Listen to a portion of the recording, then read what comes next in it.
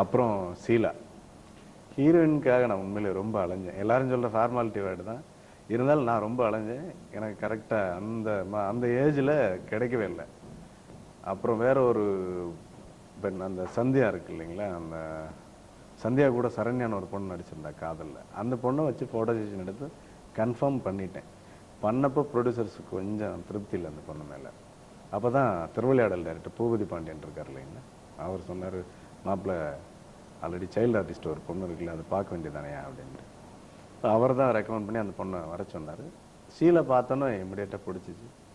உடனடியாக ஷீலா வச்சுட்டு படத்தை ஆரம்பிச்சிட்டோம் நாங்கள். டியர் ஃப்ரெண்ட்ஸ், உங்க பிரின்சிபல் சொன்ன மாதிரி கருத்து சொல்றதுக்காகவோ அட்வைஸ் பண்றதுக்காகவோ நான் இங்க வரல. பயந்துராதீங்க. நானும் ஒரு காலத்துல ஸ்டூடெண்டா இருந்தவதான். என் மனசுல இருக்கிற சில விஷயங்களை உங்ககிட்ட பகிர்ந்துக்கலாம்னு வந்திருக்கேன். பொதுவா இந்த மாதிரி ஃபங்க்ஷனுக்கு வர்றவங்க எல்லாம் ஸ்டூடெண்ட்ஸை மிரட்டிடுவாங்க.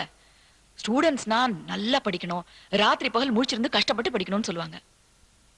25 வருஷத்துக்கு முன்னாடி உங்களை மாதிரி நானும் படிக்கும்போது எங்களையும் இதே சொல்லித்தான் மிரட்டினாங்க.